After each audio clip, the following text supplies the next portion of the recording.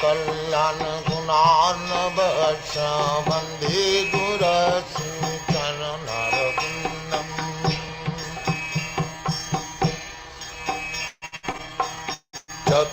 चतुर्विधासी भगवत्प्रसाद सर्वान्नचित्तान् हरिभक्तसङ्घान् चतुर्विधासी भगवत्प्रसाद सर्वान्नचित्तान् हरिभक्तसङ्घान् तृप्तैव तृप्तिं भजत सदैव तृप्तिं भजत सदैव वन्दे गुरश्रीचरणरविन्दम् वन्दे गुरश्रीचरणरविन्दम् वन्दे गुरश्रीचरणरविन्दम् श्रीराधिका माधवयरपार माधुर्यलीला गुणरूपनाम्नां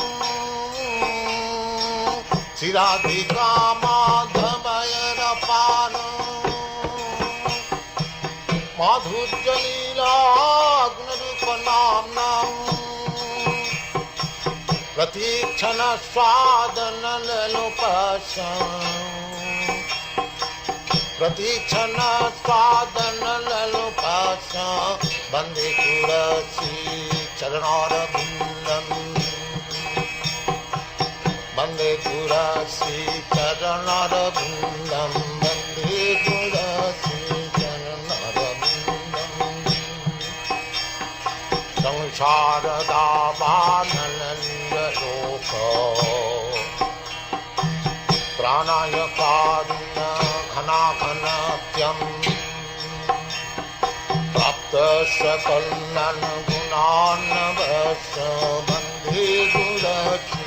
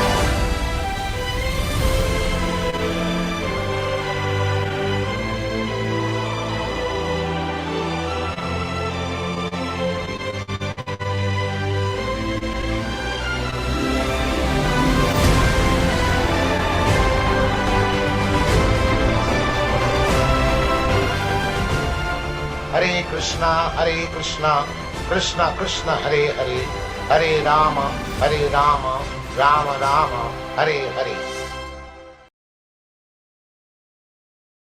And welcome everyone to the Sunday morning Srimad Bhagavatam reading and discussion. And we're using the original Delhi Bhagavatams that Srila Prabhupada first brought to America in his trunk. And I was speaking to a friend of mine, a former member of the Hamilton Hare Krishna Center, Socharya she's now residing in Dallas, Texas. And she joined the movement along with us back in 1971. And she recalled to me that she had multiple sets of these Bhagavatams when she was with us. And she also said that these were the only books that we had for study. It's true. We had a blue Macmillan Bhagavad Gita, which was very valuable. And it's interesting to note that even with one edition of the Bhagavad Gita, you can get sufficient information from that one book to deliver yourself from the material world. Just one book. It's interesting to note that I have an older vehicle. It's a good vehicle. I always appreciate the vehicle because it works. It doesn't cost me a lot of money. But at the same time, the CD player wasn't working all the time, Michael. So I finally got it to work again. And for the last year, I've left the same CD in the machine. Same one. It's 2 lectures of Srila Prabhupada. I don't want to take a chance. It's not working. I don't like to be in the car and just be spaced out, let's say. But I find that even these 2 lectures, even though I've heard them over and over again, they're always fresh. They're always dynamically informative on the philosophy of Krishna consciousness because of Prabhupada's depth as a pure devotee in explaining this philosophy to all of us. It's amazing. So the potency of the transcendental sound vibration of the pure devotee is something very unique in this world, very unique. And the opportunity to hear the spiritual master, the bona fide spiritual master in his Vani incarnation, is a great opportunity for all of us. And even just one sloka will be enough to liberate us out of this material world. If we just listen and accept it and follow the principle. That's the problem. Most people do not follow the principles of Krishna consciousness that Srila Prabhupada is teaching us. Like, for example, the chanting of 16 rounds. Now, this is a basic principle of bhakti yoga, is to chant the holy name. And Lord Chaitanya advocated it as a means to get out of the material world. But yet, I have a friend in Cambodia. And I've known him since 1972, actually, or 73, when we introduced him to the philosophy. And recently I suggested to him, hey, maybe you should start chanting your rounds. And he started chanting his rounds. And then gradually, he disappeared out of my association. And then all of a sudden, he appeared again 2 weeks ago. Appear, disappear. Some people are like that, eh? The disappearing act. But at any rate, he came back into our circle. He's listening to the classes again, which is good for him, and we appreciate that. And I asked him, are you chanting your rounds? Well, I stopped chanting my rounds. I said, what was the reason? Oh, I had so many problems and so many difficulties and so many situations that came up in my life. I just didn't have time to chant. Oh, I see. Well, I suggested to him, Vijaya Pandit, maybe you should try to practice bhakti yoga according to Prabhupada's instructions and chant your 16 rounds. And he started chanting again. He talked to me the other day on the phone. He says, I'm feeling much better again since I started chanting. So you can drop the chanting or you can pick it up. It depends on your mentality. But guaranteed that if one takes to the process of chanting Hare Krishna every day, according to the instructions of Srila Prabhupada, even if your rounds aren't that good, it's the mind is a very fickle resting place. It's like Krishna describes it. The mind is like a candle in the wind. It flickers everywhere in this way. But if you make an effort to chant your rounds, even imperfectly, then eventually, by practice, you'll get better. We will get better as devotees. And we'll be preparing ourselves for the ultimate test, which is leaving the body. You have to practice every day. They have a saying that if you practice something, like I practiced the bass for many years, for whatever reason, at least 10,000 hours. I've practiced a lot. But, and I can play the bass a little bit, not bad. But the main thing is, if you practice every day what Krishna conscious discipline is, you'll be able to be prepared through that practice when you are leaving your body, because that's the ultimate test. And we had a recent experience in Yotapek with our friend Gopal. I used to encourage him when I've been traveling down there for the last year, and I used to encourage him every day, chant your rounds. He couldn't chant very much. He loved kirtan, by the way, Yashodanandana. He did. And we had one beautiful kirtan there with a bunch of devotees. There's quite a few devotees in Mexico. They're very pious people. And he had a very dynamic voice, really good singer. And I have to say this, when we chanted with my son and a few other devotees at the Casa Goloka, he was super enthusiastic to chant the holy name. Yes. And he chanted with a loud voice. It was beautiful. So this attraction to the holy name has to be something we cultivate every day. It's very important. Along with the 4 regulated principles: no intoxication, no meat eating, no gambling, and no illicit sex. These are the principles, and Prabhupada explained this very nicely.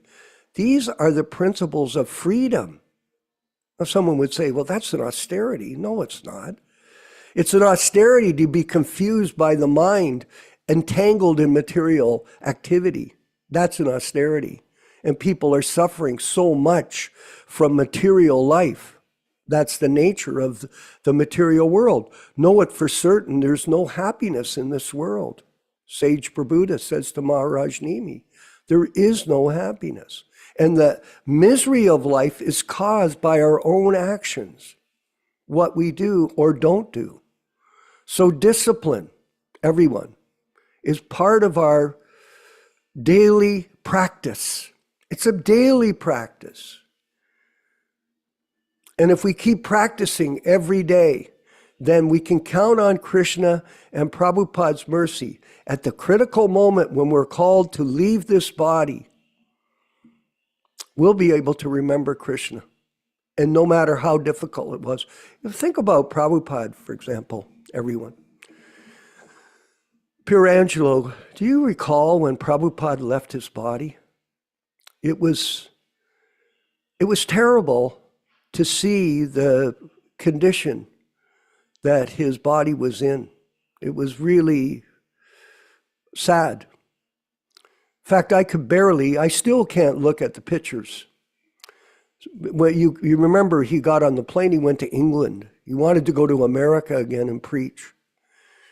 And when he got to England, if you look, you see if they show him on the palanquin, they were carrying him and he had the sunglasses on. It was really sad. He looked very painful and very difficult. But you'll note that Prabhupada never complained about his condition, ever. He never complained. And even up to the last moments in Vrindavan, he demonstrated as a perfect yogi that he was not the body. He demonstrated it himself by his personal example. How to leave the body and be completely detached from it. So he was a perfect acharya. So this is the situation that we're in, that we have that test coming to us, but we can follow in the footsteps of our spiritual master, not by anybody else, please. By Prabhupada's perfect example, we can understand how to leave this material world fixed on Krishna. And I wanted to read a section from the Krishna book. As you know, all of you, Rochisha Devidasi, I've been constantly reading other things while we read our three main scriptures in our classes. I read the Nectar of Devotion. That was very interesting. We got so much nectar out of that, literally. And I hadn't read the Krishna book in a long time. And as I mentioned earlier, I got this present from a friend of mine. They got it at a bookstore in Niagara Falls. It's called, Niagara-on-the-Lake. She lives there. And she found this book in a bookstore. And it's a 1972 Krishna book. And I thought, it's time for me to read the pastimes of Krishna. And I found Prabhupada's purports and his explanation of our philosophy are amazing in this summary study of the 10th canto. Remember, Prabhupada wanted us to read the 10th canto, and he translated it before he did the Bhagavatams, so it was an opportunity to give us a chance to understand Krishna in case he left early from this world. In case he did. He didn't. Actually, he moved on. He got to the 10th canto in his work. So we were celebrating that. And we're going to go to the advent of Lord Krishna. There's another few sections here I wanted to refer to. This is called, this is on page 6, Rupa Goswami. There is no certainty how a living entity contacts a certain type of body. Just as there is no certainty how the blazing fire comes into contact with a certain type of wood in the forest. When there is a forest fire, it is experienced that the blazing fire sometimes leaps over one tree and catches another by the influence of the wind. That's very interesting, Rachisha Devidasi? Very interesting, because what happened very recently in Los Angeles was exactly what happened when the forest fires were spreading throughout that region, unfortunately. Similarly, a living entity may be very careful and fearful in the matter of executing his duties, but it is still very difficult for him to know what type of body he is going to get in the next life. Very difficult to know. Sometimes people ask me that question, what do you think happened to Gopal? Well, the intricacies of action, Krishna explains, are very difficult to understand. Very difficult. Because of the complexity of them. How many actions you commit every day. And how much you experience in your whole life, action and reaction. But we can know one thing, that by the chanting of the holy name, you become exonerated by that mercy of Lord Chaitanya from those actions and reactions. Maharaj Bharat was very faithfully executing the duties of self-realization, but by chance, he contacted temporary affection for a deer, and he had to accept his next life in the body of a deer. It may seem that living in this body is also important. But the fact of the matter is, when you look at eternal time, a few years in one body to another body is not very much time. It's very quick. You move through this material body, at a rapid pace, just like we all are. We think, oh, I'm not that old. Yes, we are. And I won't die very soon. Yes, you will. Because this is the nature of eternal time, the devourer of everything. We're going to move forward here a bit more. Let's see, I'll read one more section for us. This is on page 7, down in the middle page. For a great soul like Vāsadeva, there is nothing considered to be painful in the course of discharging one's duty. A learned person like Vāsadeva carries out his duties without hesitation. On the other hand, a demon like Kamsa never hesitates in committing any abominable action. It is said, therefore, a saintly person can tolerate all kinds of miserable conditions of life.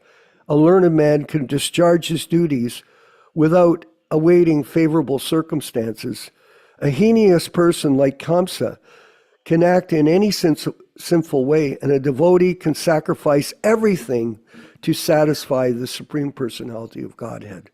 And it's interesting to note that Prabhupada wrote this Krishna book with these explanations of our philosophy. And as I mentioned earlier, he demonstrated that during his final days with us on the planet. He demonstrated it practically. He was a perfect yogi. Be clear. You're looking for a spiritual guide. You're looking for enlightenment. When you come to the lotus feet of Srila Prabhupada in his Vani incarnation, you found what you're looking for. Kamsa became satisfied by the actions of Vāsadeva. He was surprised to see Vāsadeva keeping his promise and becoming compassionate upon him.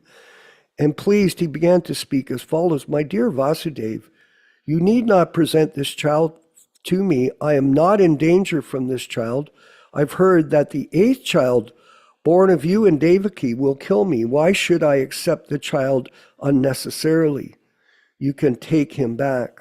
When Vāsadeva was returning home with his firstborn child, although he was pleased by the behavior of Kamsa, he could not believe in him because he knew that Kamsa was uncontrolled. An atheistic person cannot be firm in his word of honor. Very interesting. One who cannot control the senses cannot be steady in his determination. So it's a qualification. The great politician Chanakya Pandit said, "Never put your trust in a diplomat or a woman. Those who are addicted to unrestricted sense gratification can never be truthful, nor can they be trusted with any faith." A very interesting point here. And we might want to consider that when we look at the current modern day politicians who are trying to rule the world by their nationalistic policies, but they can't be trusted because they cannot control their senses. Anybody that goes to McDonald's is obviously not in control of his senses.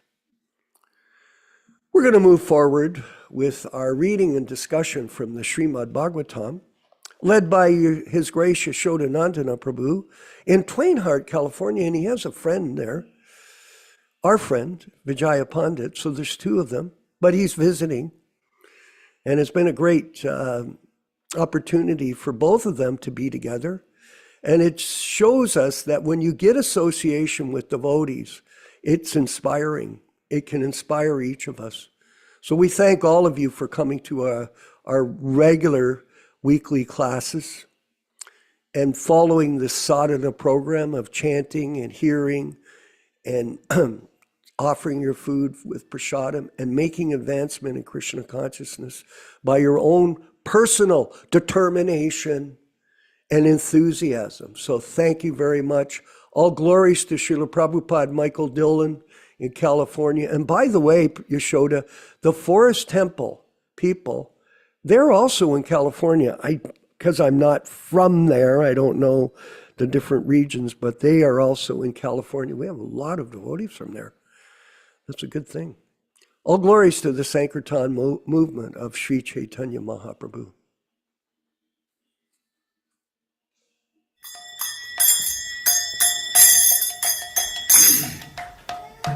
Sai.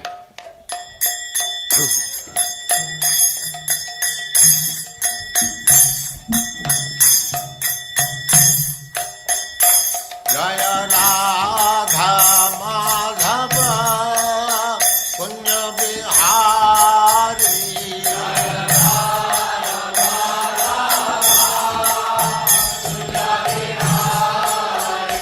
Jaya Radha Madhava Punya Bihari.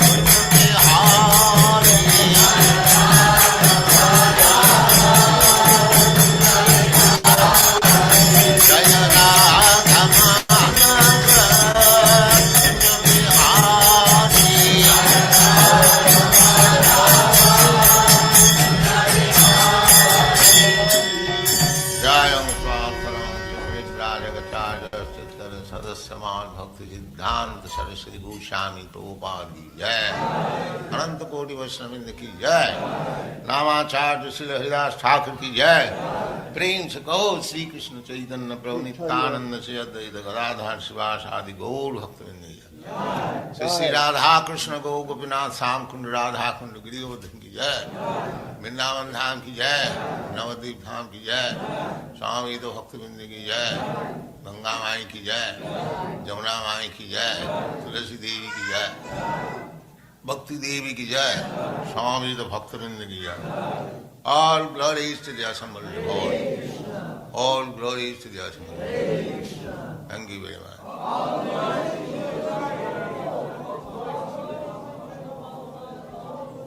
Om Namo Bhagavate Vasudevaya. Om Namo Bhagavate Vasudevaya. Om Namo Bhagavate Vasudevaya. O my Lord Sri Krishna, the son of Vasudeva, the all-pervading personality of Godhead, I offer my respectful obeisances unto you from Srimad Bhagavatam 1:1:1. Narayanam namaskrityam Narayanam namaskrityam Naram chaiva narottamam Naram chaiva narottamam Devim Saraswatim Vyāsam Devim Saraswatim Vyāsam Tato Jayam Mudirayet. One should utter the means of conquest, Srimad Bhagavatam, after offering respectful obeisances, 1. To the personality of Godhead, Narayana, 2. To the Narayana Rishi, who is the supermost human being, 3. To the Mother Saraswati, the goddess of learning, then 4. To Srila Vyasadeva, the author, from Srimad Bhagavatam 1:2-4. Welcome everyone to this reading and discussion on Srimad Bhagavatam. Today is a most auspicious day. It is the Vijaya appearance day, the appearance day of Lord Ramachandra. And on this day, we will read from the Bhagavatam and also a portion of a lecture from Srila Prabhupada that he did in Hawaii in 1969 on the auspicious birthday of Lord Ramachandra.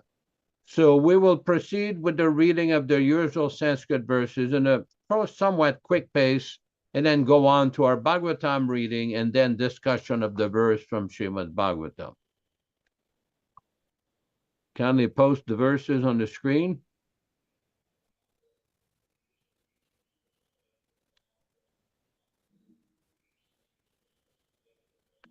Yadanyudyasita yukta karmagranti nibandanam Chindanti kuvidastasya kuna kuryat kataratim. Next verse. Shushrushoho shradadhanasya vasudeva kata ruchihi yan mahatsivaya vipra punyatirtha nishevanat srinvatam svakatah krishnaha Punyashravana kirtanaha hridyantasto yabadrani vidunoti suritsatam nashtaprayeshu babadreshu nityam bhagavata sevaya bhagavati uttamashloke bhaktir bhavati naishtiki tadarajastamo bhava Kamalo bhadayaschaye chetaye ranabiddam stitam sattve prasidati evam prasannamanaso bhagavad bhakti yogataha bhagavad tattva vijnanam mukta sangasya jayate. Vidyate hridaya grantis, chidyante sarva samshayah, shiyante chasya karmani, drishtaevatmanishvari. Today we are reading from Canto 1, chapter number 6. I believe we're reading on text number 21. 31. This reading is being conducted from the original 1962 Srimad Bhagavatam by Srila Prabhupada, all English synonyms, translation, and purport by His Divine Grace, A.C. Bhaktivedanta Swami Prabhupada, founder Acharya of the International Society for Krishna Consciousness, also known as the Krishna Consciousness Movement. Prabhu, I think it's 31. 31? Okay. All right, you're Thank correct. I stand duly corrected. Antarbahi Nalokam Strin Paryemi Skandita Vrataha Anugrahan Mahavishnor Avigata Gati Kvachit Antar in the transcendental world, Bahis in the material world, Cha and Lokam planets, Strin 3 divisions, Paryemi travel, Skandita unbroken, Vrata vow, Anugrahan by the causeless mercy, Mahavishnor of the Mahavishnu, Karanarvashayi Vishnu, Avigyata without any restriction, Gatihi entrance, Kvachit at any time. Translation by Srila Prabhupada. Since then, I do travel everywhere by the grace of the Almighty Vishnu, either in the transcendental world or in the 3 divisions of the material world without any restriction, because I'm fixed up unbroken in the devotional service of the Lord. Purport by Srila Prabhupada. As stated in the Bhagavad Gita, there are 3 divisions of the material spheres, namely the Urdhvaloka, topmost planets, Madhyaloka, midway planets, and the Adhaloka, downward planets.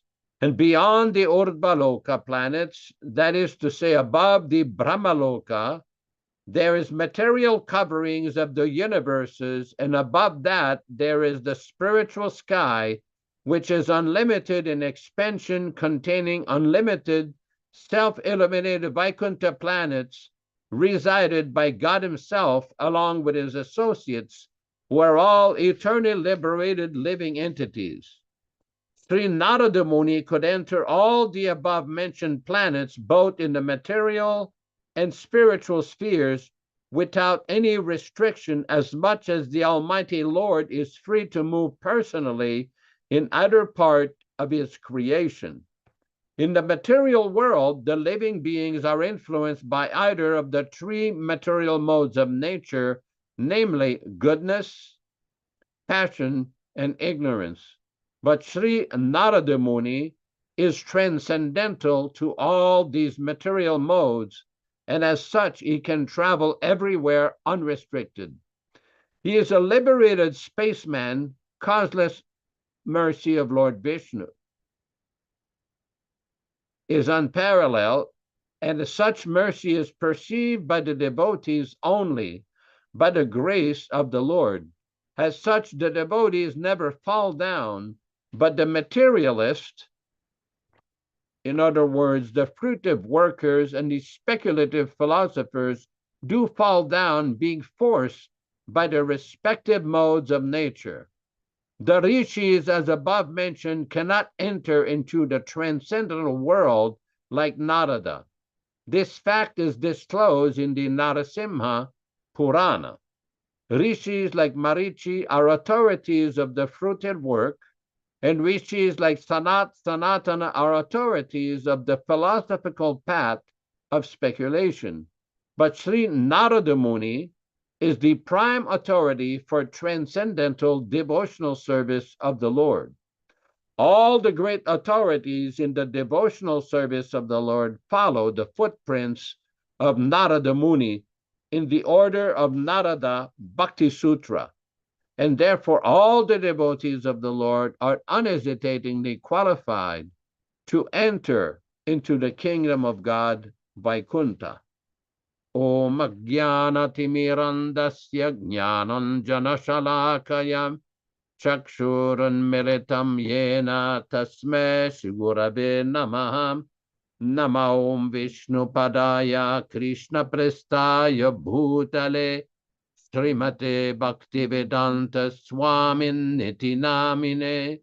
Namaste Saraswate Deve Gauravani Pracharine Nirvishesha Shwanyavadi Paschatya Deshatarine Bhakti Siddhanta Shishyaya Bhakti Vedanta Namine Prasannaya Prashantaya Tasmai Shigurave Namaha. Bhagavad Vandana Khadyam Guru Vandana Purvakam Kshiram Sharkara Yuktam Kadatehi Visheshataham Adadana Danteridam Yachi Punaha Punaham Srimad Rupa Padam Bhoja Dhulisyam Janma Janmani Amsho Bhagavatusmyaham Sadadasu Asmi Sarvata Tat Kripa Pikshako Nityam Tat Prishta Satkaromi Svam Sri Krishna Chaitanya Prabhu Nityananda Sri Advaita Gadadhara Srivasadi Gaura Bhakta Vrinda Hare Krishna Krishna Krishna Hare Hare Hare Rama Rama Rama Hare Hare. So this description of the great, powerful Nārada Muni is very special, because upon achieving his liberation from the influence of the material energy, he received the boon from Lord Krishna that he could travel anywhere in the spiritual world and in the material world. Now, we do know from the Srimad Bhagavatam there are so many transcendental descriptions of Nārada Muni who can go anywhere at his own will. This is absolutely incredible, because in the material world on this planet, if we want to go from one place to the other, we have to take some kind of conveyance, either a vehicle, a boat, a train, walking, or if we want to go to another country, most of the time it's going to fly. But Nārada Muni can go from one planet to the other by special mystic power, not only in this world, but also in the spiritual world. Now, just behind my head here, there's the picture of the Srimad Bhagavatam. That Srimad Bhagavatam, covered by Srila Prabhupada, describes the planet Goloka Vrindavana, where Krishna resides. It also shows the Vaikuntha planets, where the expansions of Lord Narayana reside. That is the spiritual world. Nārada Muni can travel anywhere in the spiritual world and in the material world. And we know from the Krishna book, from the Srimad Bhagavatam 10th canto, that Nārada Muni many times comes in the pastimes of Lord Krishna and other pastimes to give special instructions, sometimes special benedictions, special warnings. This is the power of Nārada Muni. Now, what is especially significant here, Prabhupada describes in the purport, in the material world, the living beings are influenced by either of the three material modes of nature, namely goodness, passion, and ignorance.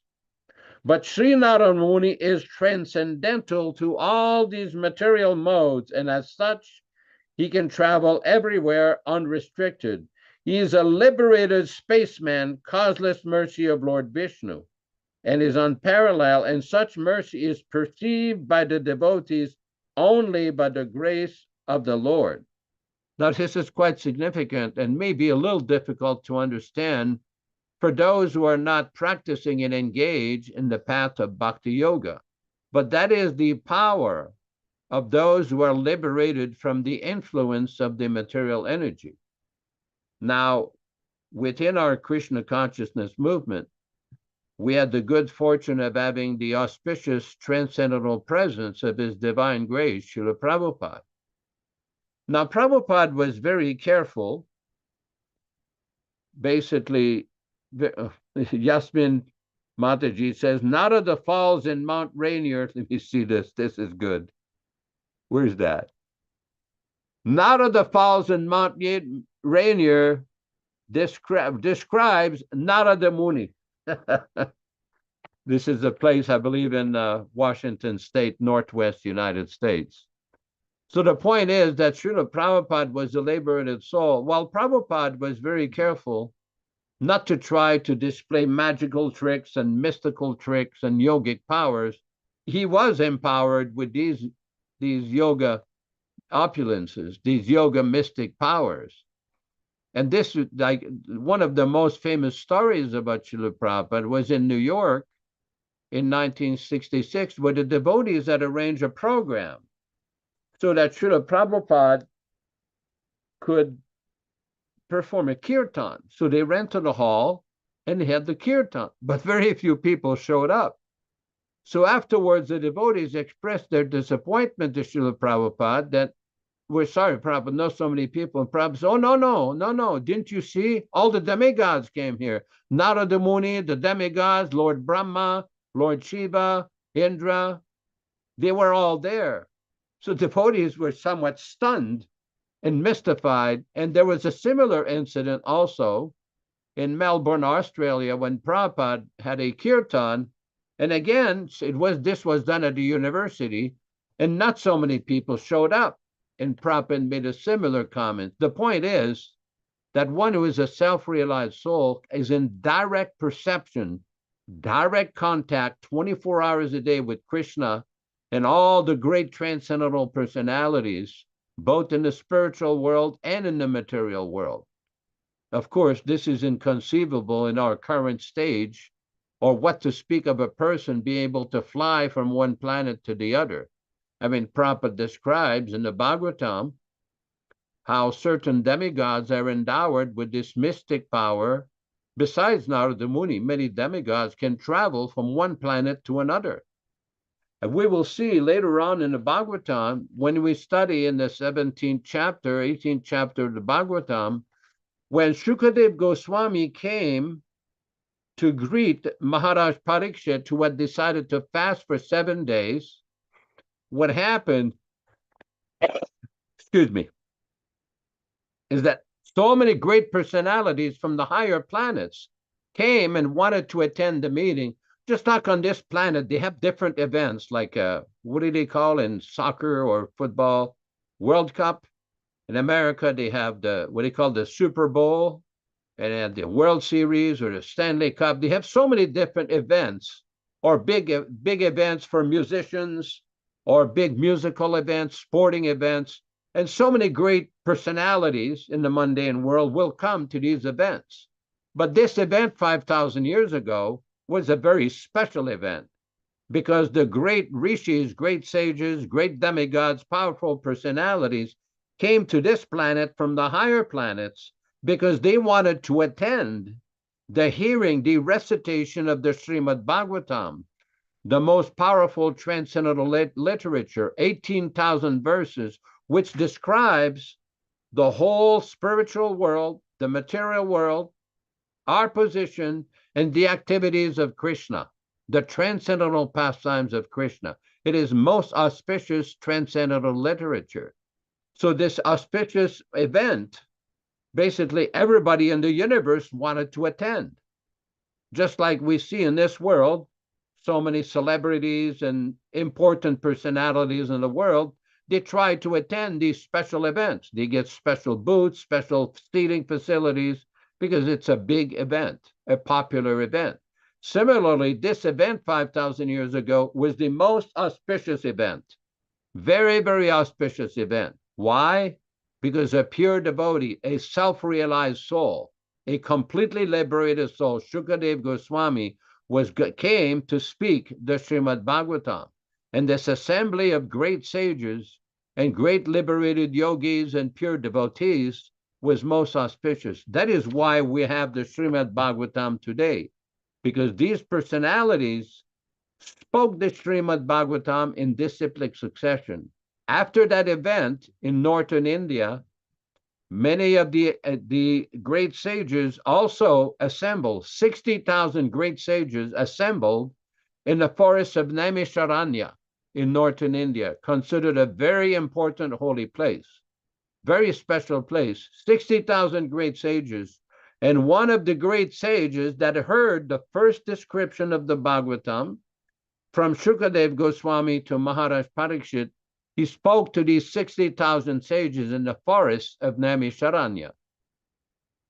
This is very important, because the message, as he heard it, it's in the Bhagavatam itself, when this great sage who spoke to all the other 60,000 great sages and rishis, he mentions, Yataditam yatamiti. I will describe this Bhagavatam to you as I heard it and as I've realized it.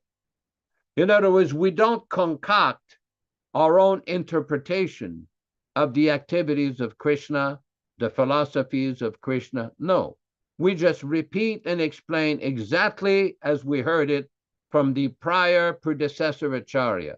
In our case, that is His Divine Grace, Sri Srimad A.C. Bhaktivedanta Swami Prabhupada, the foremost authority of Krishna consciousness in the world and the current Acharya of the Krishna consciousness movement. Let me mention why I use that term, current Acharya.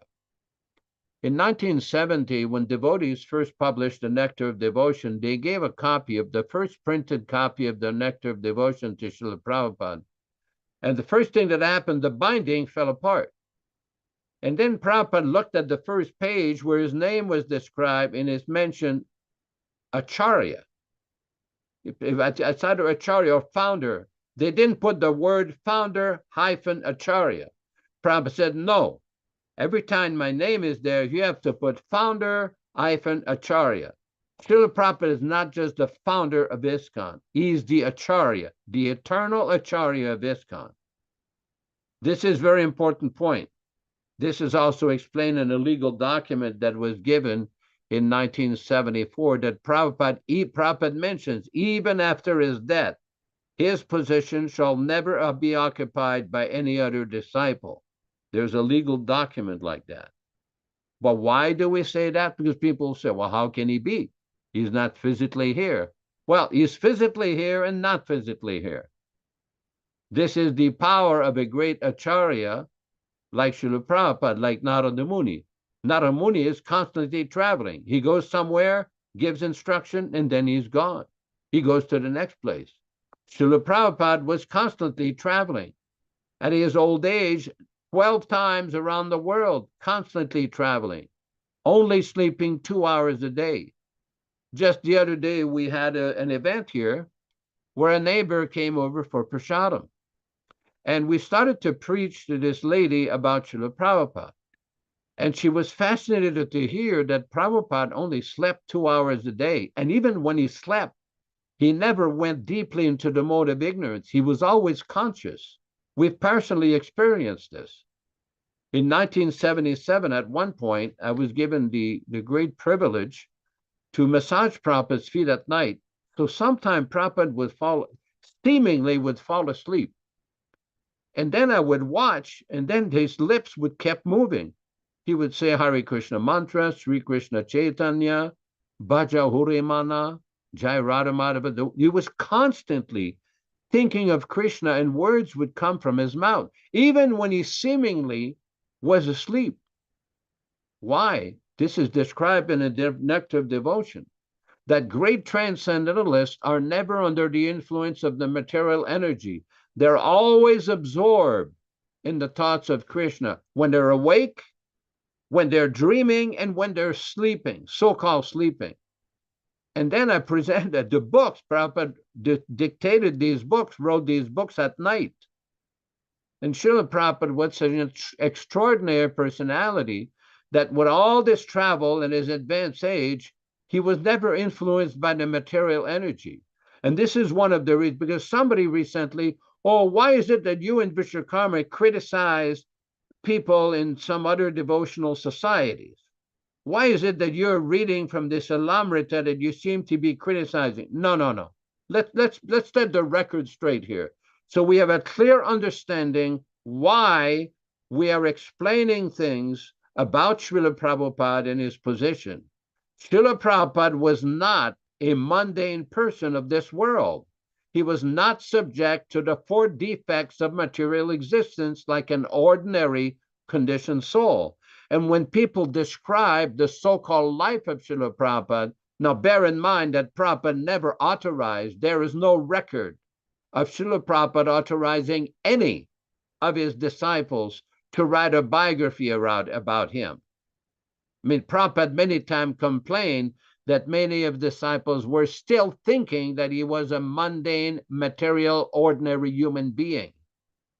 But when people describe as people at Prabhupada shaken, and he never knew if it was snow, and he was afraid, and he didn't want sure. He was, all of these mundane descriptions do not fit, are not appropriate for the description of a pure devotee, of a completely self-realized soul.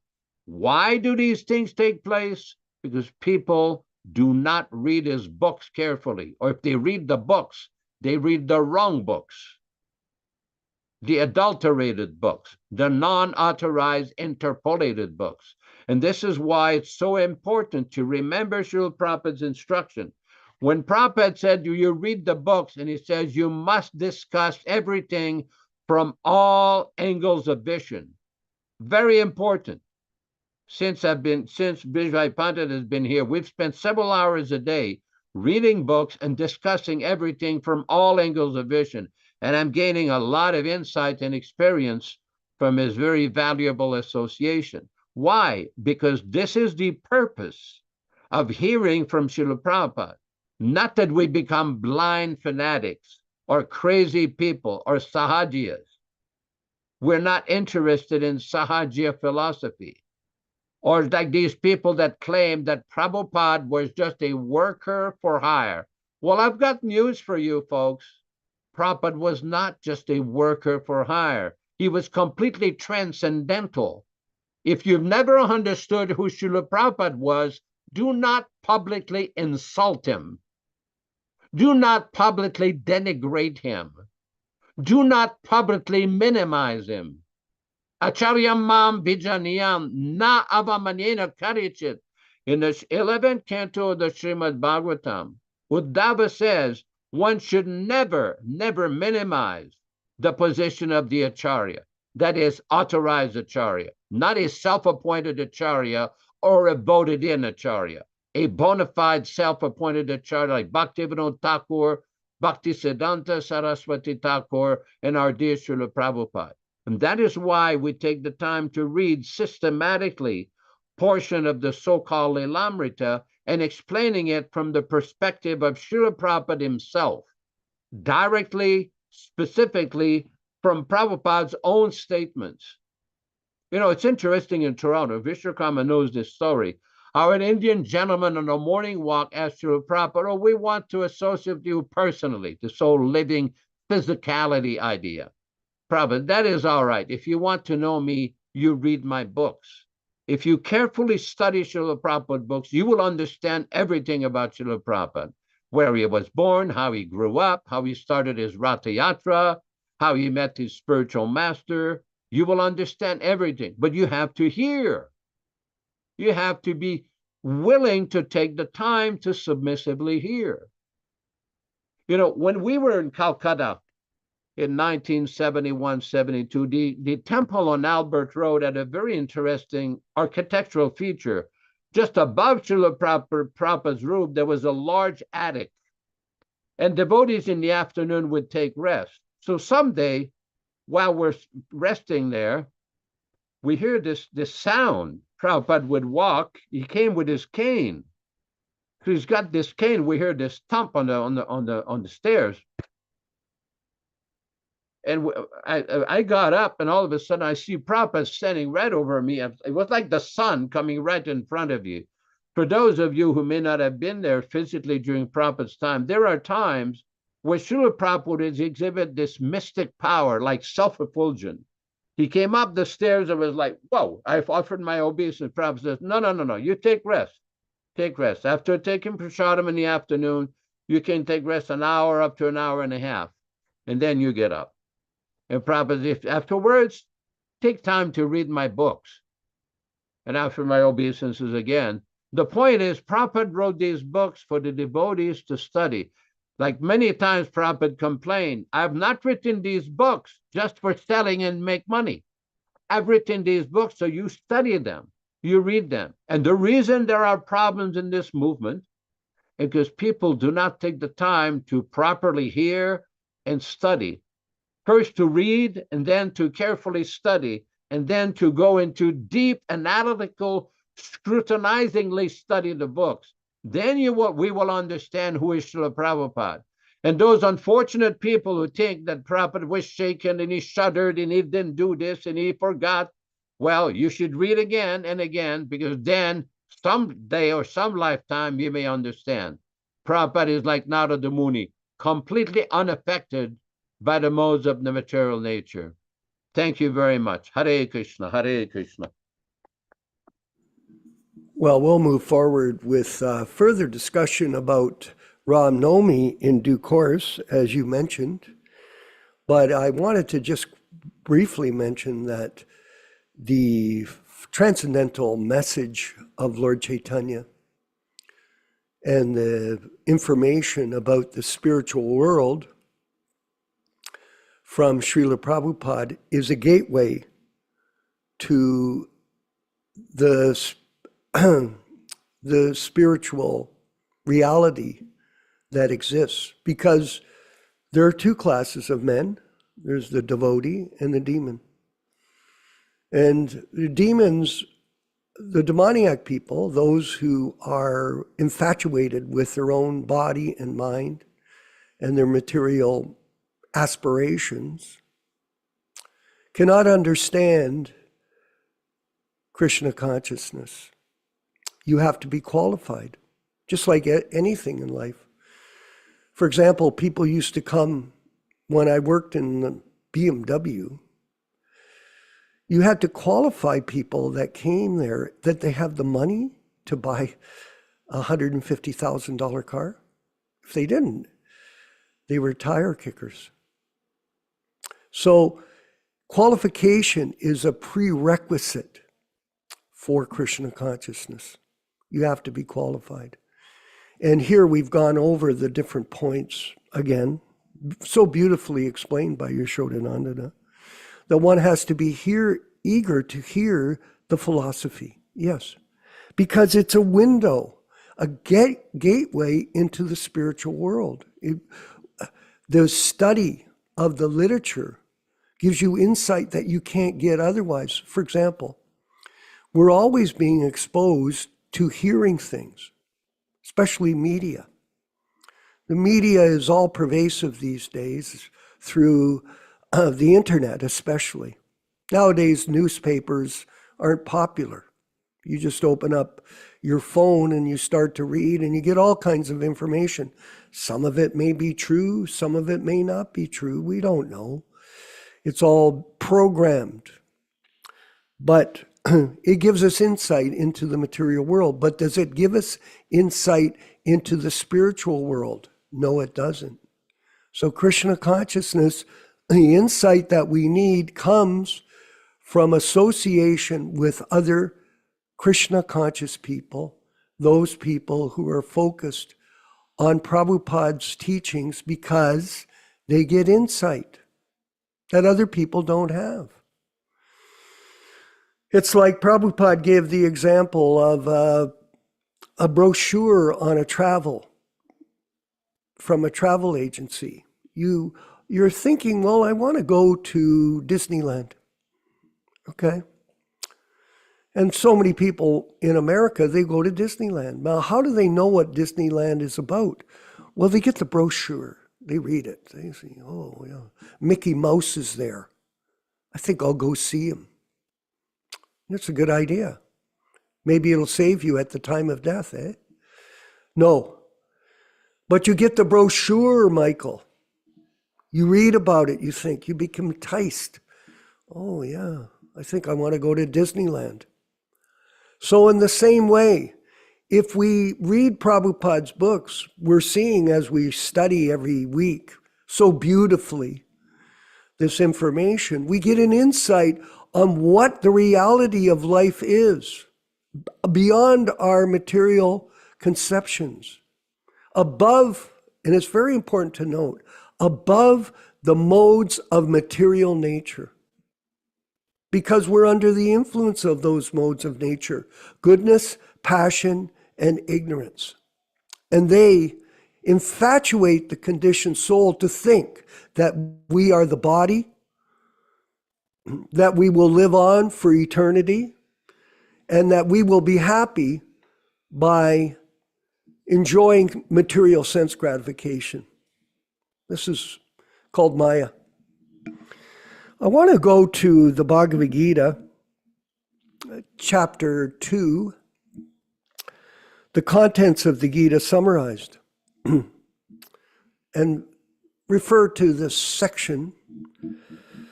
The Vedas, I'll move quickly because we have so many topics to go over. The Vedas mainly deal with the subject of the three modes of material nature. Here, Krishna is instructing Arjuna, rise above these modes, O Arjuna. Be transcendental to all of them. Be free from all dualities and from all anxieties for gain and safety, and be established in the self. Purport by Srila Prabhupada. All material activities involve actions and reactions in the three modes of material nature. They are meant for fruitive results which cause bondage in the material world. The Vedas deal mostly with fruitive activities to gradually elevate the general public from the field of sense gratification to a position on the transcendental plane, above the material body, material desire. Arjuna, as a student and friend of Lord Krishna, is advised to raise himself to the transcendental position of Vedanta philosophy, where in the beginning there is Brahma Gyan, or questions on the supreme transcendence. All living entities are in the material world are struggling very hard for existence. For them, the Lord, after creation of the material world, gave the Vedic wisdom advising how to live and get rid of the material entanglement. It's a window of liberation. When the activities of sense gratification, namely the karma kanda chapter, are finished, then the chance for spiritual realization is offered in the form of the Upanishads, which are different parts of the Vedas, as the Bhagavad Gita is part of the fifth Veda, namely the Mahabharata. The Upanishads mark the beginning of transcendental life. Two types of life, material life and spiritual life. As long as the material body exists, there are actions and reactions in the material modes.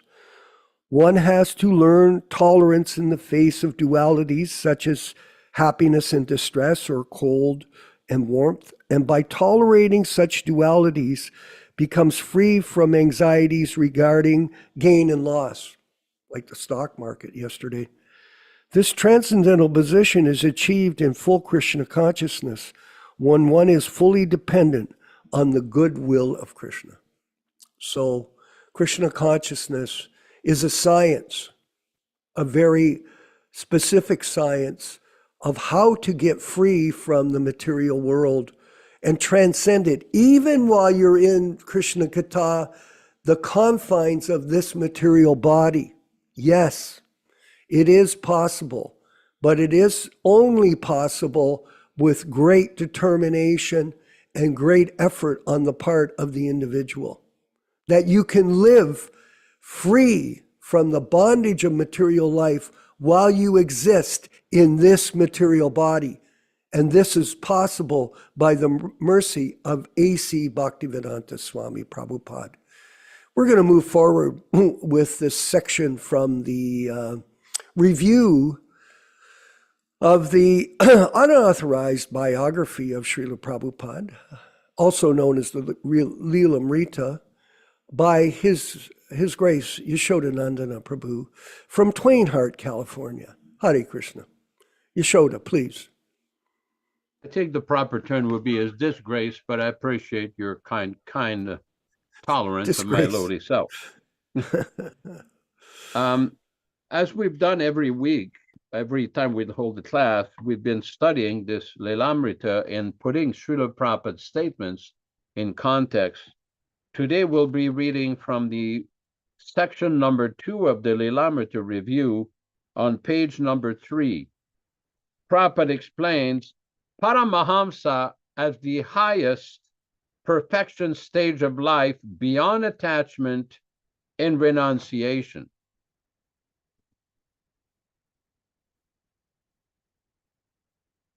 Maybe you have to look at section number 2, page number 3.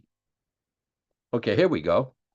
Okay, this was in a relationship with a statement from the Leelamrita. Abai spent his time in Jargram, chanting the holy name and becoming settled in detachment from his family. Prabhupada explains in Srimad Bhagavatam, Canto 4, Chapter 4, text number 20, a sannyasi cannot act like a householder, nor can a householder act like a sannyasi. But above these two kinds of persons, one who engages in material activities and one who renounces, there is a person who is transcendental to both. He is in the Paramamsa stage, the highest perfectional stage of life. For a person who has attained this stage, neither the Vedic activities for realizing material enjoyment nor those for renunciation are applicable. Was Srila Prabhupada in awe of his teachers? The pure devotee is callous to instructions of demons and non-devotees. The Leelamrita says that His Divine Grace Srila Prabhupada felt mundane awe, admiration, and tension towards in relation to karmis. Leelamrita, book number 1, page 24.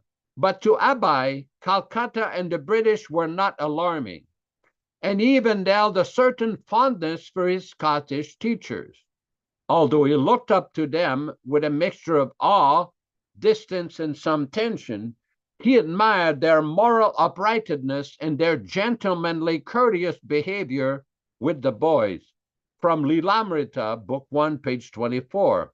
Webster's dictionary defines awe as fearful veneration inspired by something sacred.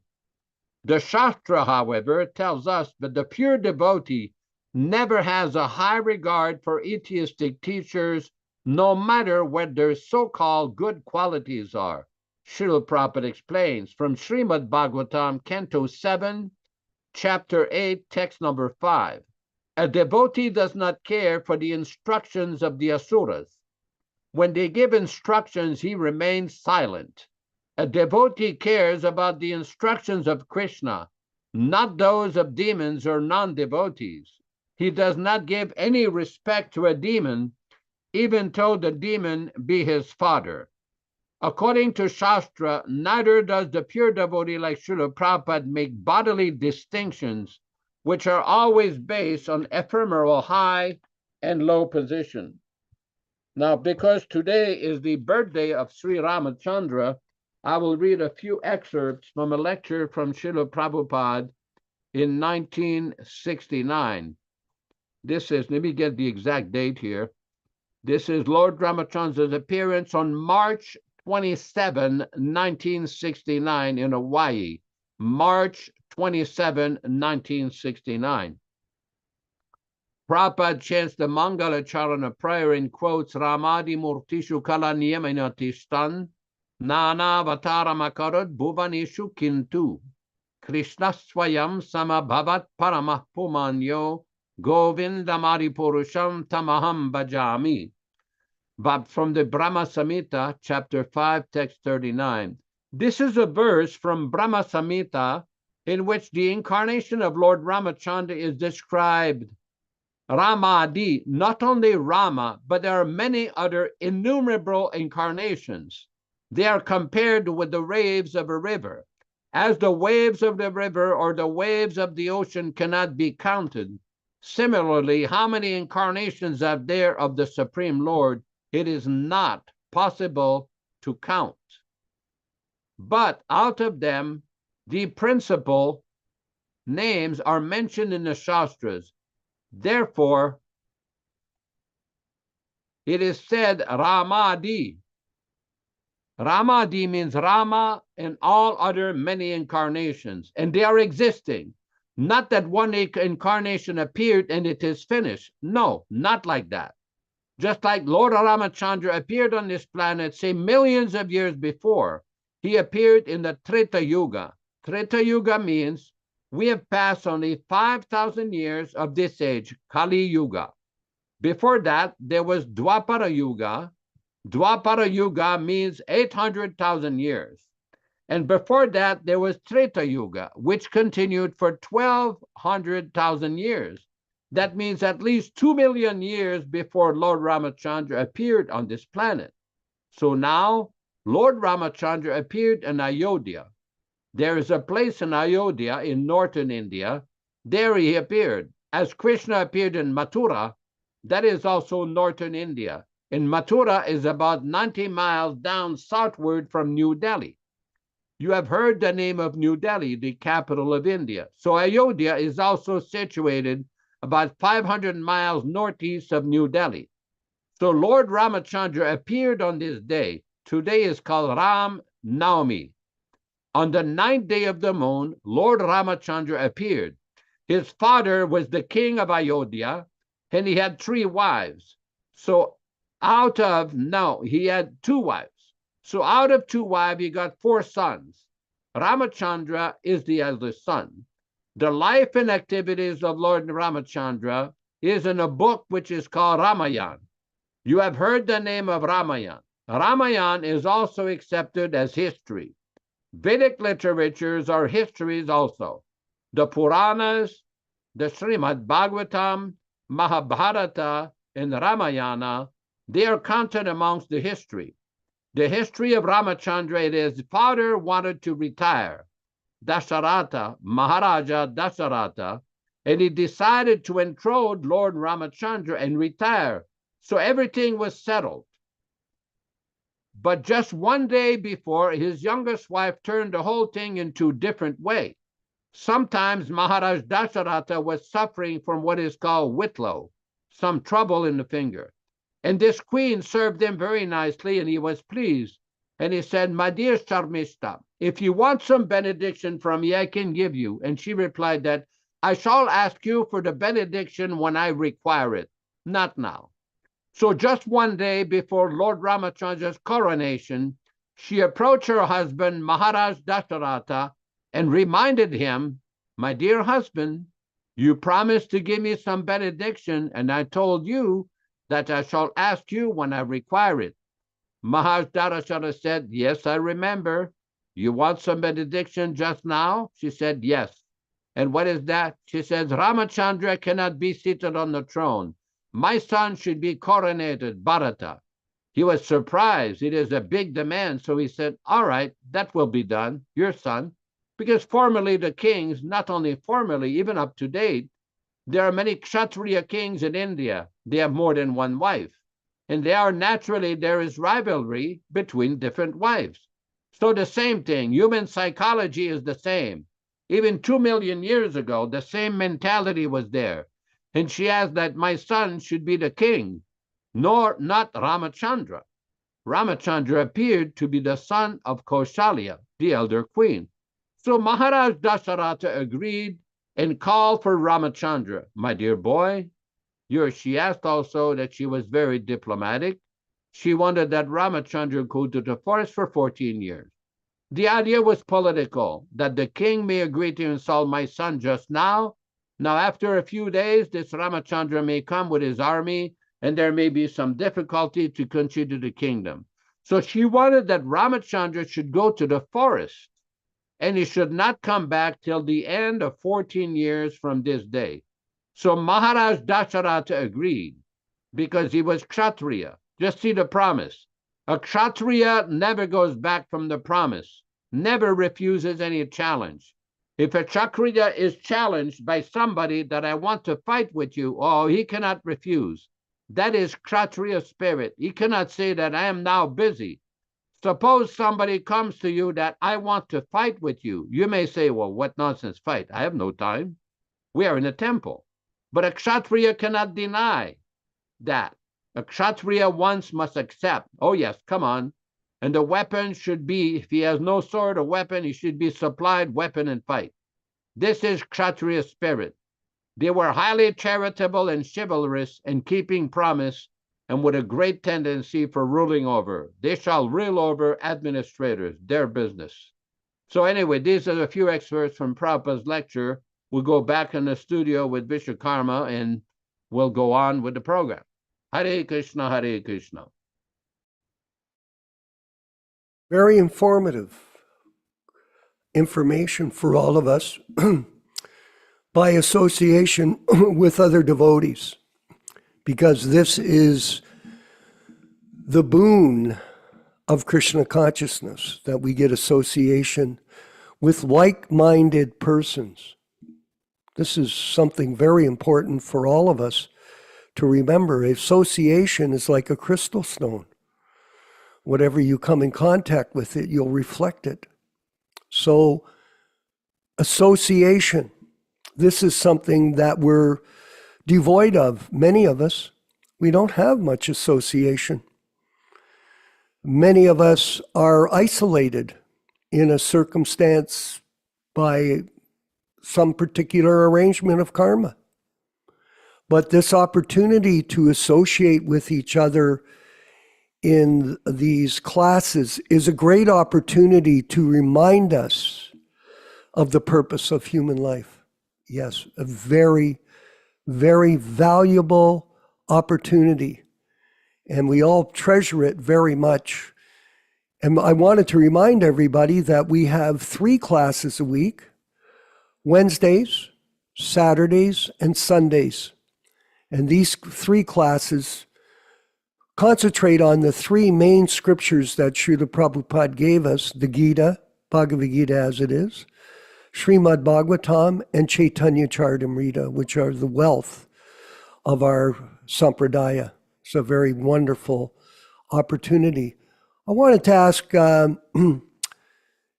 Mother Yasmin Virani, do you have any comments you'd like to make today on today's program? Are you able to contact or connect with a microphone? Yasmin.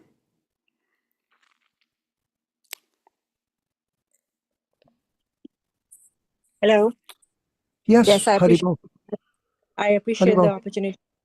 Haribol, I appreciate the opportunity to participate in the class, mostly because I'm traveling and just getting back to Canada in a few days. But I'm at different time zones all the time, so I'm sorry if I'm not being consistent, but I do enjoy it when I do get a chance. Okay, any questions or comments that you wanted to make on the subject matter today? Thank you, by the way, for attending. We appreciate it. And your support. We really appreciate it. Go ahead, please. No, I like the subject matter, and I like the classes, and I like to listen to it over again. Yeah, I like to see the classes basically being more like focused on the reading and on Prabhupada's words and his teachings. It reminds us of wanting to go back and read. I know I have the same Krishna book that you just got, so I just thought about it. I actually stole it from a library. I didn't literally steal it, but I told them that I couldn't find it and I want to pay for it. So I paid for it. That's terrific. But I wanted to keep it because it was the original 1972 version of it.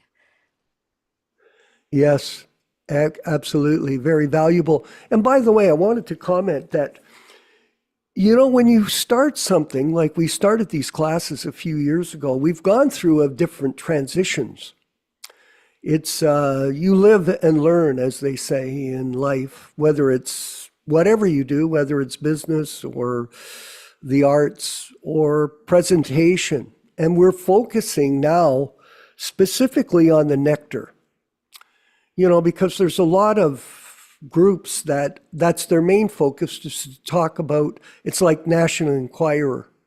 They want to specifically target this person or that. That's not important for us. Our main thing is the nectar of Prabhupada's teachings, and we're qualified to do that. We are. We've got a lot of experience. Pardon? Please, go ahead. To some extent, it is important because, for example, I know I've been eyeing that Leela Martha, and I know that it's not original, and I somehow not wanted to buy it, and now I know why. So I'm glad that you're going to the originals and you're teaching us that what to look for and what not to look for. Excellent. And by the way, we're going to publish this. We have a series of books that we're working on.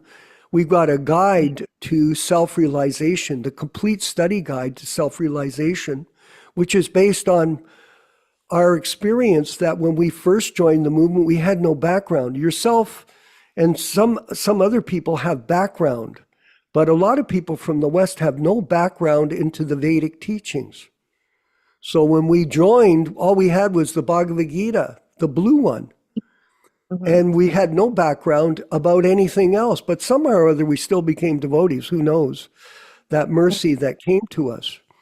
But this guide to self-realization will talk about the Dhammas, all the different places where Krishna had his pastimes, because people don't know what is Vrindavan, what is Mayapur Navadvip, what is Kurukshetra, what is Dwarka. They don't know these places. And also, pardon, go ahead, please. That's right. I agree with you. Okay. And we're doing that. It's a very detailed study, and we're going to publish that. We're going to publish this review as well with our group. And we're going to look at publishing a version of Easy Journey to Other Planets, the 1959 version, which is very enlightening. And it was very relevant when I went to Mexico to see my friend pass away, Gopal. And when on the plane, I read Easy Journey to Other Planets, and it was a perfect book for him to hear at his last moments of life on this journey that we're all on, how to go back home, back to Godhead. That is the purpose of this. It's not political. It is transcendental. And we appreciate your participation. Pierangelo in Switzerland. Now, Pierangelo, very interestingly, Shodanandana Prabhu, he speaks 4 languages. He speaks Italian, he speaks German, he speaks Francais, and he speaks English. And we'd like him to make a comment today on today's program. Hare Krishna Prabhu. Glories to Prabhupada. Hare Krishna, thank you to give me the opportunity to share with you. Yeah, somebody sent on WhatsApp a nice video about the 50 years of the mandir of Vrindavan, and there was a nice interviews of Guru Kripa, and I learned many wonderful. Activities that Guru Kripa with Yasodanandana had with Prabhupada. I was listening very carefully. Very nice, incredible, yeah. And at that time I was just distributing books, and I think, I was just distributing books, and Guru Kripa was creating temples and taking so much money, and I was comparing myself, right? But everybody's doing at his own level the best thing he can do. I don't have to feel guilty because I'm not Guru Kripa. That's. But it's very nice video. Everybody should see.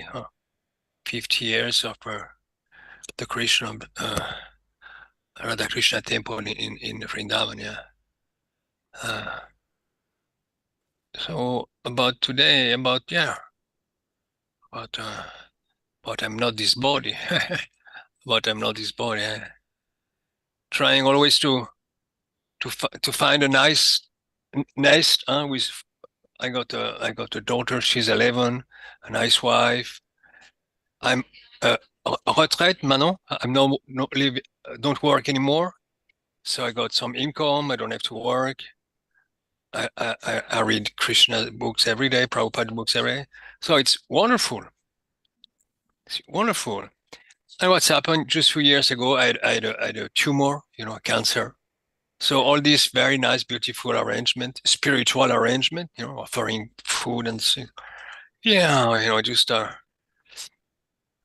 reality came back, that, get old, get sick and die, that's, even if it's spiritually based, all this, chant Hare Krishna, reading books and offering prasadam, listening to classes, everything is the most I can, Krishna oriented, but still life is, like your friend, right? Like your friend who left last week. So we have to be ready to go. I have a friend said he's 70. I say, well, how are you? Okay, what you do? I prepare myself pour le trépas, trespass. We say like that? To die? Yes. The trespass. And I said, oh yeah, he's completely right. His main activity is just to get ready to get right off of the the dust, and connect with Prabhupada the most possible.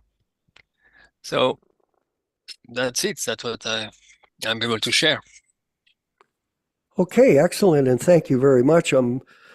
I wish you all the best. I also, and myself and Yashoda are also victims of cancer.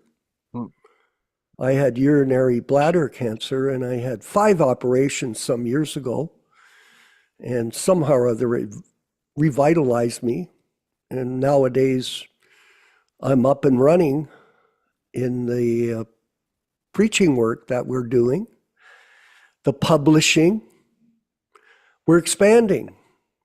Age is a matter of the body deteriorating, but the mind, the intelligence, the ego, if you can dovetail them in Krishna's service, then you can get the highest benefit with the human form of life. So it's a question of intelligence, taking this process with a great deal of seriousness and a sense of opportunity, that this is an opportunity for us to do well. And you live in a very interesting country, I must say. I've been looking about it, and it's somewhat of a very prosperous type of life there. So, Hare Krishna. Hare All glories to Srila Prabhupada. I wanted to ask our friend... one last thing, very short. Go ahead, please. One day Prabhupada was was cutting vegetables, and he cut his finger. So some blood came out. And I think it was in Geneva, but I'm not sure. And they would, oh my God, Prabhupada, what's happened? Blood, what do we do? I said, relax. I mean, I said the story in my way. Relax. This is nothing. If I should have received the real karma for my past action, I should have cut my arm, something like that. I should have suffered much more. So this I remember sometime, when I was now it's getting better, but when I was in my worst days with the cancer, I was thinking, okay, you may complain but about the situation, but remember Prabhupada, what said Prabhupada, just it's a grace of Krishna that I'm still going through this and this protecting me. It's not I'm not suffering completely what I should have suffered. That's why, and Prabhupada helped me a lot about going through this difficult periods, by this example, remembering that Krishna doesn't want to punish me, he wants just to make me, like you said, just go more focus on the service. Thank you. Yes, true. It's true that the punishment that we get for our sinful activities can be minimized by our devotional activities. And a devotee always accepts his distress as minimized by God's mercy, although he would have to suffer many more times the suffering. That's a very good point there. So correspondence there. If maybe someone, whoever displayed that, could you read it for us? I can't see it. Sure. It's so small. Sure, Prabhu. Go ahead. Yeah, Go sure, ahead. Prabhuji. Please, It's a please read it. correspondence in 1968. A devotee always accepts his distress as minimized by God's mercy, although he would have suffered. He would have to suffer many more times the suffering. Anyone who accepts this philosophy of God's mercy in suffering conditions and still makes progress in Krishna consciousness, it is said that he is sure to go back to home, back to Godhead. This was a letter to Guru Das, Los Angeles, February 13, 1968. Uh, I have received also one letter from Upendra today, and I am so glad he's released within 10 days. That was my expectation when he came to see me, that he couldn't be incarcerated for more than a week. This instance of suffering by a devotee should be carefully noted. As Upendra was in the beginning incarcerated for 3 months, it was reduced to 1 week. Similarly, when a devotee is seen in trouble, it should be accepted as God's mercy. Just like Upendra's suffering for 3 months was destined by the law, but by the mercy of God, the suffering is reduced to 1 week only. So a devotee always accepts his distress as minimized by God's mercy, although he would have to suffer many more times the suffering. Anyone who accepts this philosophy of God's mercy in suffering condition and still makes progress in Krishna consciousness, it is said that he is sure to go back home, back to Godhead. I'll stop here. Very good point. I'm going to ask Vijaya Pandit to speak for a minute, but I wanted to tell the story, interesting, Nilesh Shama. What happened to us? We were on a bus. I had a blue bus, and we were traveling down to the States from the Toronto temple, distributing books and collecting funds for the support of the Toronto temple. And we were in Kentucky at the, what's the famous race there? The Kentucky Derby. And, you know, we were there and we were distributing books, and we were wearing a disguise because it was against the law back then. And guess what happened? We got arrested. The three of us got arrested, and we were taken to jail in Kentucky. I remember being in the jail quite vividly, and there was a lot of people there, blacks, whites, etc. But some of the people were looking at us in a rather negative way because we had our heads shaved and we looked different, very different. And so they kept us in jail. We stayed there all night. And the next day, we went in front of the judge. It brought us right up in front of the judge. And I thought, oh my God, we're going to be in trouble here. We're down here from Canada. Nowadays, it's of course a lot more difficult for Canadians to go to America, but back then it was very friendly. And the judge asked us where we were from. And I got up in front of the judge and I said, we're from Canada. And I explained what we were doing. And you know what he did, Yashoda? He said, okay, I'm going to tell you what you're going to do. You're going to get in your bus and you're going to take your truck and you're going to get out of town and don't come back. And we left. So we got minimized. We didn't get incarcerated more than one day. And we were let free to carry on with our work as we traveled down through the southern states to Birmingham, Alabama. So lots of pastimes from there. And our punishment was minimized by the grace of Lord Chaitanya Mahaprabhu. And Vijaya Pandit, I wanted you to share a few points with your visit which Yashodanandana Prabhu in Twain Harte, California. Are you near a microphone there, Prabhu? He went in the other room for something. Okay, He so went to the other room. He's not available. okay. So Yashoda, any last comment for us? We had an interesting event one time in 1973 where we were in the border between Texas and Oklahoma. And devotees were distributing sticks of incense and little books, and we got arrested by the police. Now, some of these police in Texas and Oklahoma are literally giants. I mean, some of them are 6'5", 6'6" football players. And they had never seen anything like us with shaven head. And they're looking at the literature and the incense like, where are you people from? Yeah. So they arrested us, brought us to the station, and chief of police looked at us like he had the same reaction, like, where are you people from? And we told him, where are we? We're from a temple in Los Angeles. A temple? What temple is that? So we had a discussion with him. And basically, he looked at us, looked at our ID, says, look, I'm not going to get to an issue with you. I could easily arrest you and put you away. What you're going to do is you're going to go back in your van and you're going to get out of here. And he gave us the same answer. Don't come back. You get out of here and then you go and I'll let you go. So that was basically the same reaction we had. But they were like totally stunned to look at the devotee and trying to figure out, what is this? Yeah. Oh, Vinay Pandit came back. Maybe you can get a few comments from him. Okay, Vijay Pandit, how are you enjoying your visit to Twain Harte from Italy? Go ahead.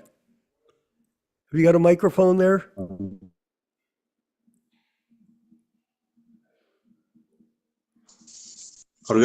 All right. Thank you. What I can say, one thing is very important in life: to meet the right persons, the right people, that they inspire you to find the way to go back to Godhead. Yeah. And the association of devotees is very important. The association of devotees, of real devotees, are very important. Not any devotee. That devotee that brings you to the lotus feet of Srila Prabhupada. These are real devotees, without attachments of the results. And this feeling I'm facing here, together in association with Yashodanandana Prabhu, and he is really a Prabhupada man in the real words. He is completely dedicated in serving Srila Prabhupada, without any how to say, selfish, recognizing himself as a disciple of Srila Prabhupada. I mean, he is giving to everybody, and is getting from Srila Prabhupada back. And this I feel it in this association. This is what I want to say. So it's important to have the right association. So yes. I hope that everybody. Well, I want to further explain Krishna Katha, that somehow or other, I've known Yashodanandana. I'm not going to embarrass him, so we apologize, Prabhu. I'm just going to speak the fact that, years ago, Krishna Katha, I was kind of on my, not kind of, I was on my own. I had tried this and that and other things over the duration of my life. And, I somehow or other fell into association with Yashoda. Hey, Prabhu, it was just circumstantial. And I thought this is a good chance for us for me to get some good association with somebody like him who had his history of service and was committed to Srila Prabhupada, which is something I wanted. And it's been a great journey for us to be involved with each other and the Hare Krishna Society and the Prabhupada Disciples Association. And we're going to keep going, marching forward with our projects. We have a lot of great projects, everyone. We do. We're not Prabhuji, mentioning I have a them right question. now. Pardon? I have a question for Vijay Prabhu. Okay, after just a minute. So it is it's a great boon for all of us, and I hope that everybody appreciates it. Yes, Prabhu, go ahead. You have a question, ask him. Vijay Prabhu, I have a question for you. Yeah, In the class, we always talk about importance of Vapu over Vani, but you have the pleasure of having Vapu of Yashodanandan Prabhu, and it seems like the Vapu seems to be overwhelmingly pleasant for you than Vani. So can you please opine on that as to how we should take it for those who just are exposed to the Vani of Yashodanandan Prabhu?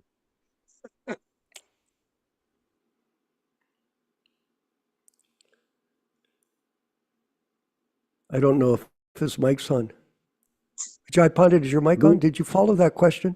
Prabhuji, can Yes, you okay, repeat? You are muted. very good question. I understood.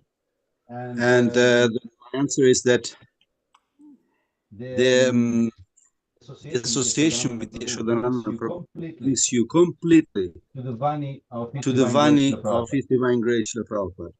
It's an exchange. And of And of course, course, the the Vapu, Vapu, the the association association with with Yashodananda Yashodananda Prabhu, Prabhu, that that simply simply transmits transmits you you the pure Vani of a pure devotee. This is the answer that I can give you. So it's not Okay. of course the physical association with the devotees is important because they are here. It's not they are not existing in this world. So otherwise I could stay in Italy because the Vani association is enough, but these devotees are existing still in body here physically. So to get their association, to listen to them, what they have to tell us about Srila Prabhupada. This is very important. Yeah, I'm going to further answer to you, Sorry. Nilesh Prabhu. The Vapu Association of Srila Prabhupada was a very valuable experience for all of us that had it. And it can't be minimized at all. It's actually a great blessing. And the pastimes that we share with other people in regards to this are an opportunity for all of us to understand Prabhupada's personal behavior and activities while he was with us. So both are important. But more important, Prabhupada stressed this fact that Vani is more important than Vapu, because the Vapu can lead to offenses. You can commit offenses due to familiarity of association, like what's happened with the translation or the creation of the unauthorized biography, where people misunderstand Prabhupada and then they write things which can mislead people, and it's terrible. So Vapu is very valuable for us to, some of us got Prabhupada's orts, his prashadam, his leftovers, on multiple occasions. Is it a blessing? Yeah, it's a great blessing for us, but at the same time, we shouldn't be infatuated, oh, I have this or that. We should just simply stay humble, and all of us share in the opportunity to remember Srila Prabhupada and his pastimes in our association as a group. So this is a group effort, and we humbly carry on with the service of Srila Prabhupada in our mission to please him with everything that we do. And this is documented for everyone in the future. It's not just for us.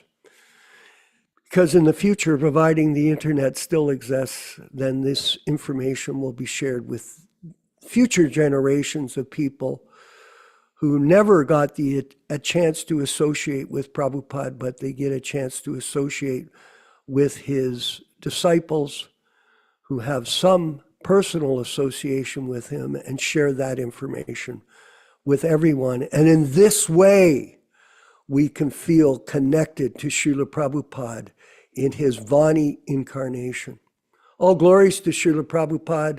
All glories to the Sankirtan movement. We're going to move forward, Ram Raghava, with the chanting of Hare Krishna, 2 minutes and 54 seconds. Join in on the Kirtan, and we'll see you again on Wednesday night at 8 p.m. Eastern Standard Time for the reading and discussion of Chaitanya Charitamrita with the original, unadulterated, unchanged books of A.C. Bhaktivedanta Swami Prabhupada. Hare Krishna, Prabhus. Thank you. Hare Krishna, Hare Krishna, Krishna Krishna, Hare Hare, Hare Rama, Hare Rama, Rama Rama, Hare Hare. Hare Krishna, Hare Krishna, Krishna Krishna, Hare Hare, Hare Rama, Hare Rama, Rama Rama, Hare Hare. Hare Krishna, Hare Krishna, Krishna Krishna, Hare Hare, Hare Rama, Hare Rama, Rama Rama, Hare Hare.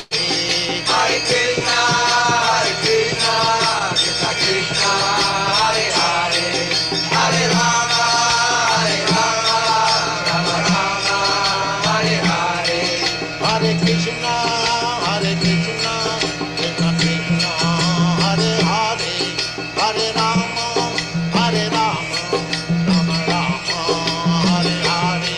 Hare Krishna, Hare Krishna, Krishna Krishna, Hare Hare, Hare Rama, Hare Rama, Rama Rama, Hare Hare. Hare Krishna, Hare Krishna, Krishna Krishna, Hare Hare, Hare Rama, Hare Rama, Rama Rama, Hare Hare. Hare Krishna, Hare Krishna, Krishna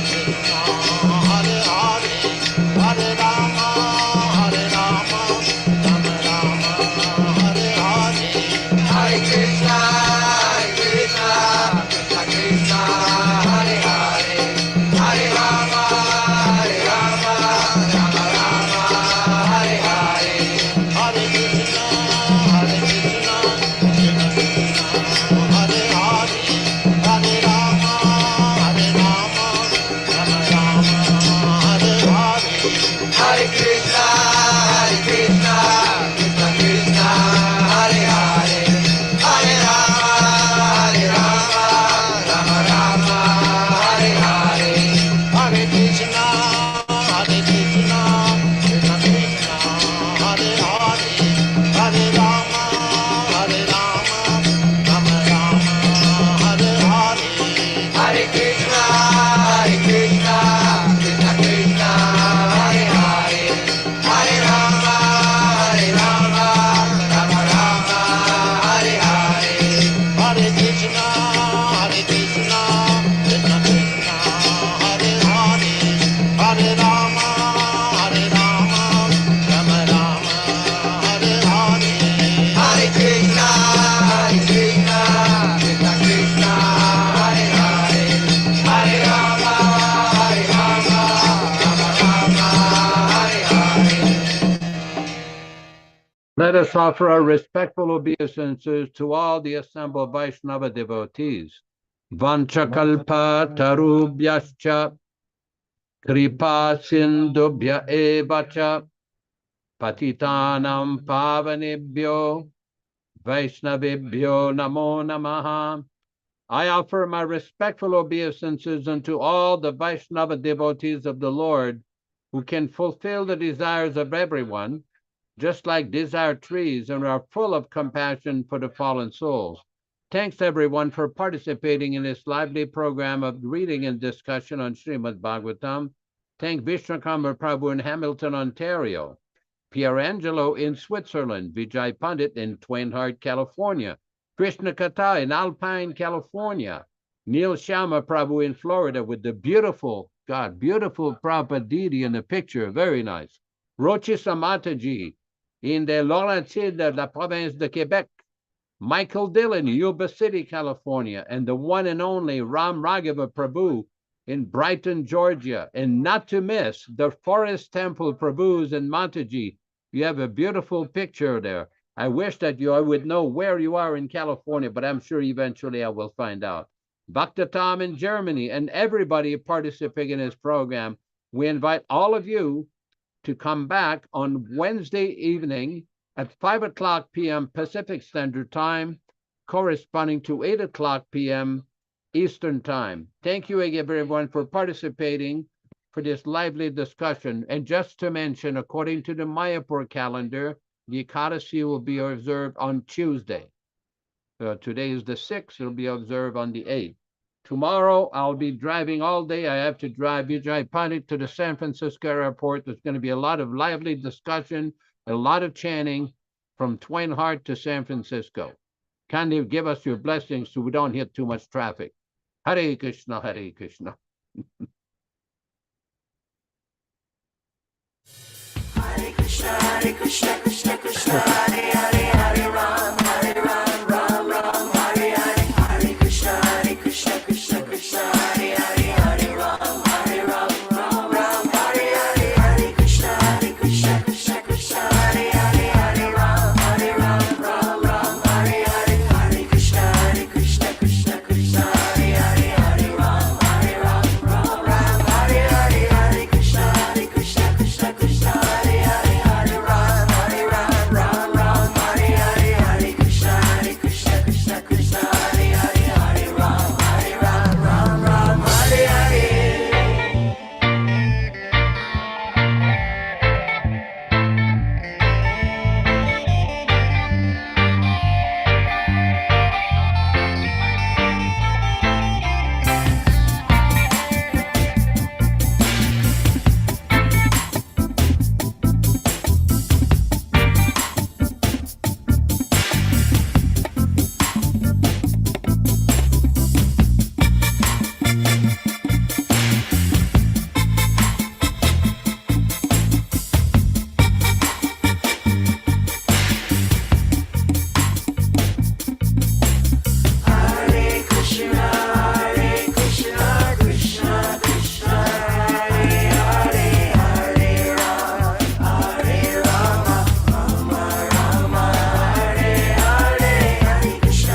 Krishna, Krishna Krishna, Hare Hare, Hare Rama, Rama Hare Hare, Hare Krishna, Krishna Krishna, Hare Hare, Hare Ram, Ram Hare Hare, Hare Krishna, Krishna Krishna, Hare Hare, Hare Ram, Ram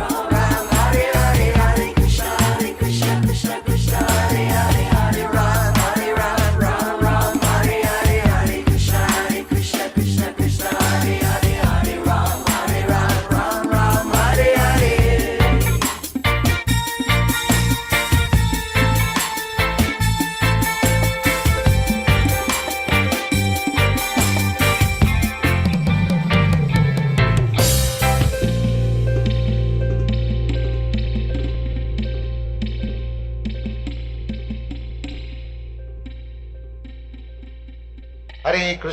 Hare Krishna, Krishna Krishna, Hare Hare, Hare Rama.